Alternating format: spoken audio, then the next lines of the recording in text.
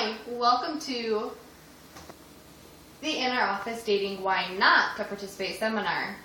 I appreciate all of you coming today. Hi. I'm glad we didn't have to bribe anyone with pizza to come today, but we are going to learn lots. We are going to first talk about the problem.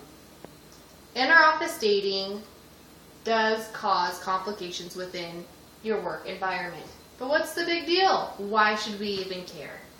Well, first of all, we are going to be discussing the facts about inner office dating, some negatives, and a few possible solutions on how we can solve these problems, and some positives about why you should not date within your office.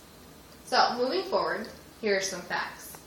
According to the Workplace Option Survey, 85% of 18 to 29-year-olds have a relationship within the workplace.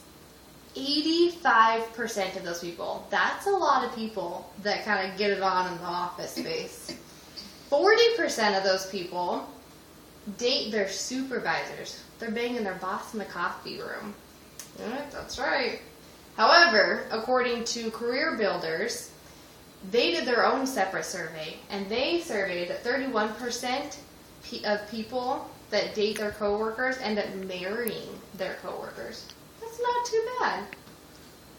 Now, there are some negatives to the fact that you might end up finding your soulmate. First of all, you have to see him every day. Now, even if it works out, that's great, but you have to see him every day.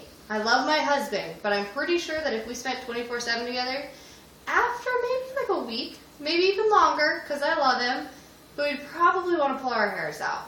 Thanks, babe. Welcome, honey.